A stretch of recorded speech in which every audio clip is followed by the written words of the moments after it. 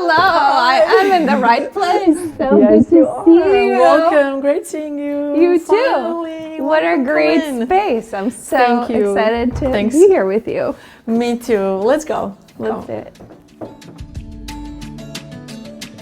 Ella, how are you? I'm great. How are you? I'm great too. So let me prepare you the best matcha you've ever had in your life.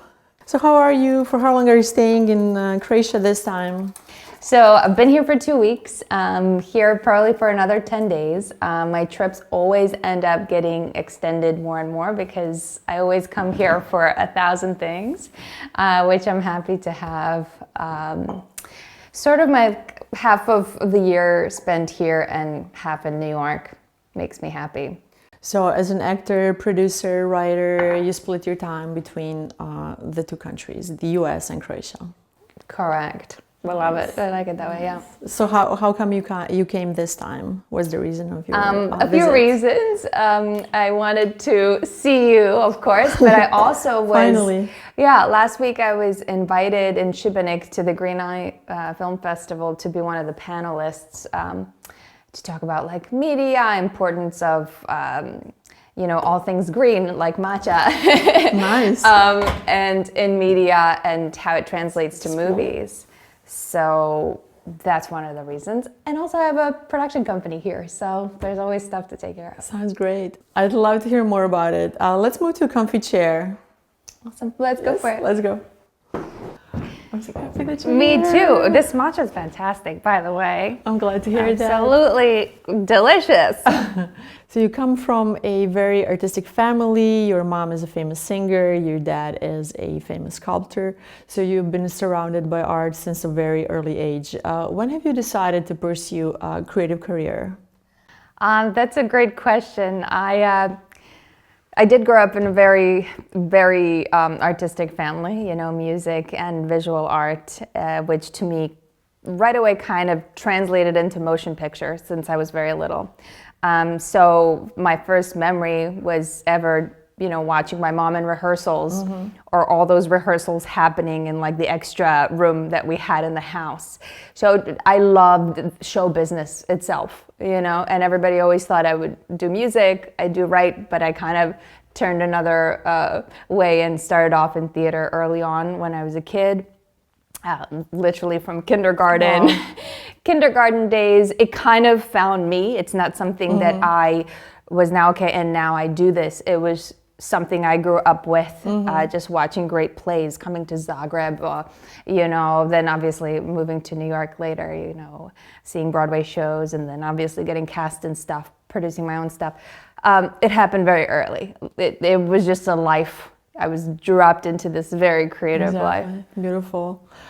So you moved to the States when you were 12. You grew up in Croatia, in Trogir, up until that point. How was that experience for you? Yeah, that transition. That transition always gets me very sentimental because I moved to US when I was 12. I loved Trogir. I still love Trogir. It was very difficult at the time, in retrospect. And you were supposed to stay for a year, right? You went for your mom's career. Yeah, so my mom, got a record deal at the time. And we weren't going to stay forever. It just kind of happened by accident.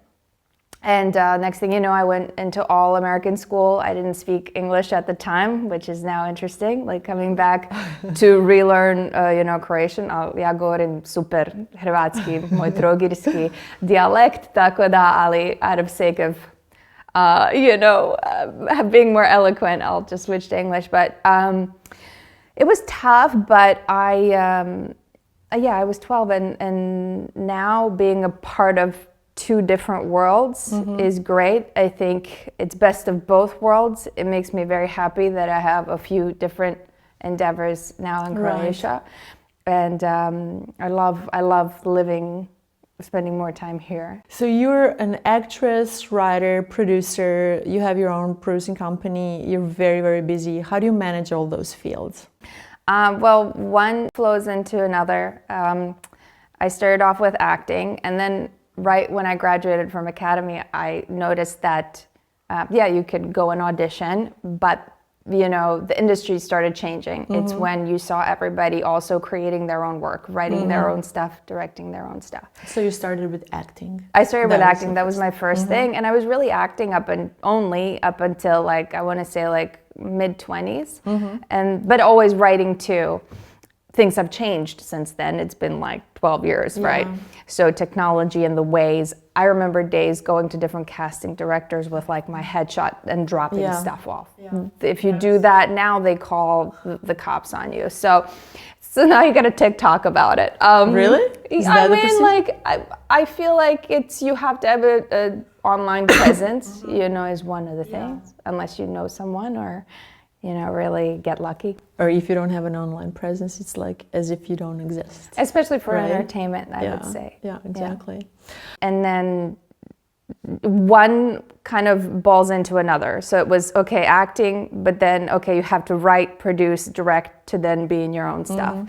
And then the next part is like, okay, started my own production company. It just kind of evolved over time. So I do get to do all of them. It just depends on different segments in life.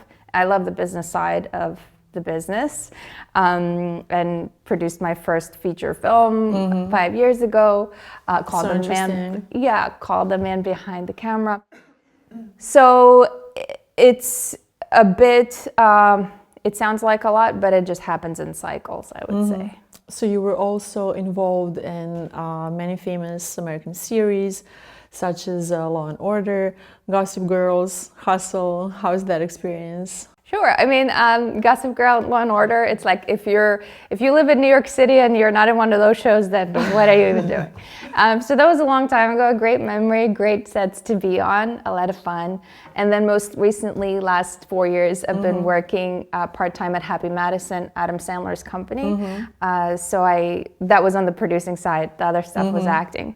How's working with him? How is he? He's very nice, very focused. He seems very friendly. He's very friendly. It's great to be on sets where you have like 500 people every day. You understand what those budgets are. You understand that side of the crazy bubble functioning in a very different level. He's very nice. I did another film with him that just premiered yesterday in New York called Kind of Pregnant with Amy Schumer. And so that was fun. I like it a lot. It's good. So you started Croatian International Film Festival last summer in Šibenik. It was when the first one took place. How come that you started it? What was the idea behind? And are you planning to do it again regularly every year? Yeah. Tell us a little bit. So Croatian International Film Festival, I also opened my own production company here called Galileo Films. It kind of it's a two-pronged answer, but everybody in the US was going international for past few years already. I've gotten so many phone calls from different producers, all levels, saying, "Oh my God, we're shooting in Croatia. You know, can you help us? You know, bring something there." I directed a docuseries for MasterCard a couple of years ago. And different projects like that. So over time, it was sort of leading to this. So the festival became like, oh, this is a great merger between two worlds culturally. Amazing. And, you know, we had 50 movies from all over the world, you know, from US to Japan to Mexico. So impressive, especially for the first edition. Yeah. Debbie Mazar came from Entourage. Yes. The Zellmers. She's Madonna's friend, one of Madonna's best friends, right? She is. They grew up together.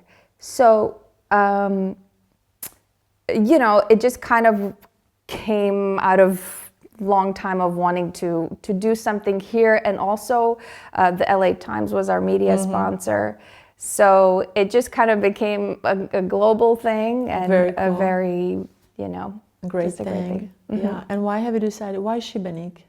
Šibenik is very theatrical of a place. So the festival happened on 5 different locations.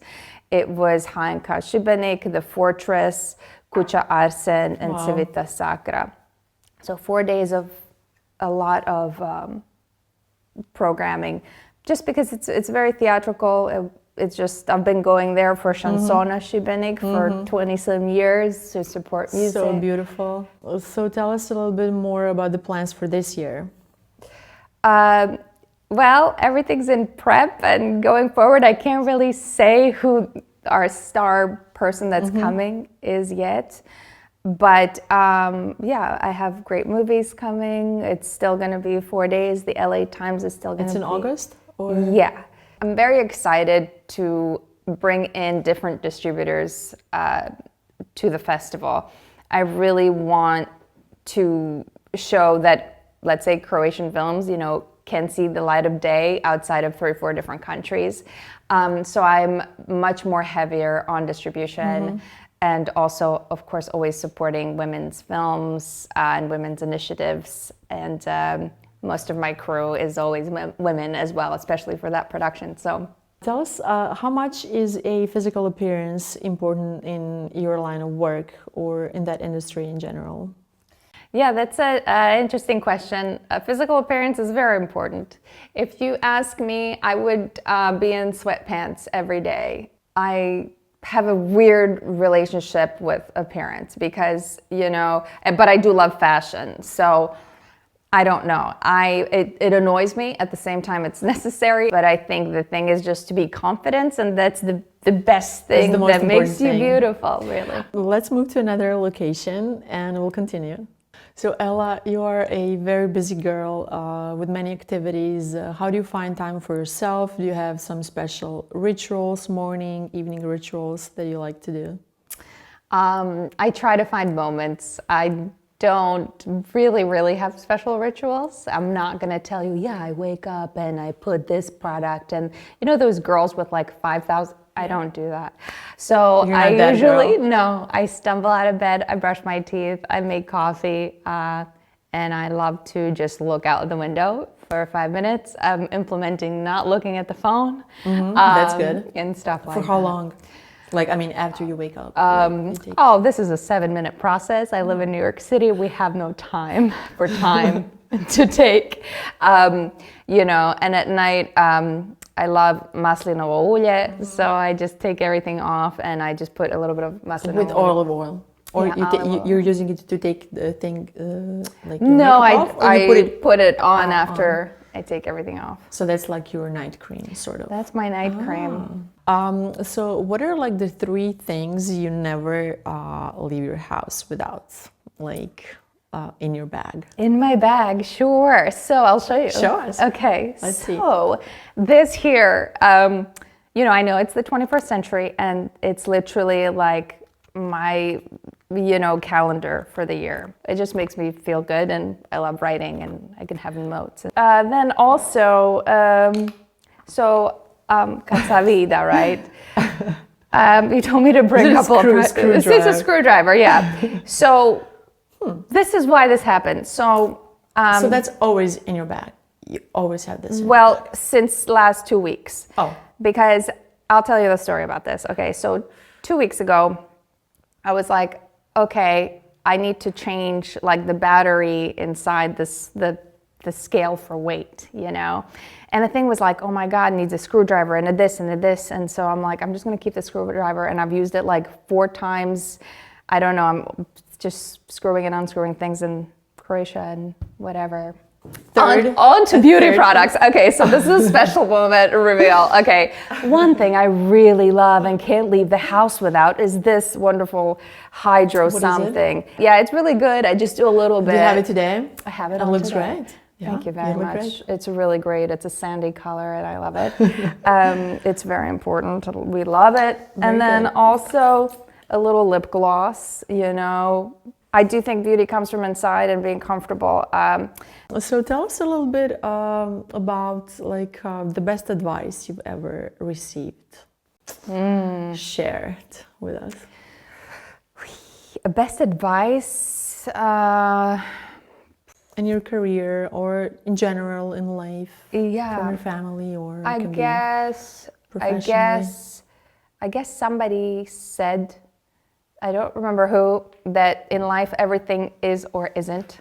So like whatever is meant to be is going to be, and you have no control over certain things, and you just kind of have to be okay and like to let go. And I've noticed the more I let go of things that you're learning for, or a certain, let's say, image of yourself you have, or you'll always say like, oh, tomorrow I'll be better, or, you know, well, like yesterday wasn't bad, it was still you.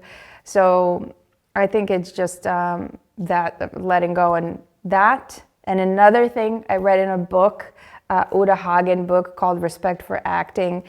She has this whole thing about being comfortable with the uncomfortable. So there's obviously in life so many different instances of what that is.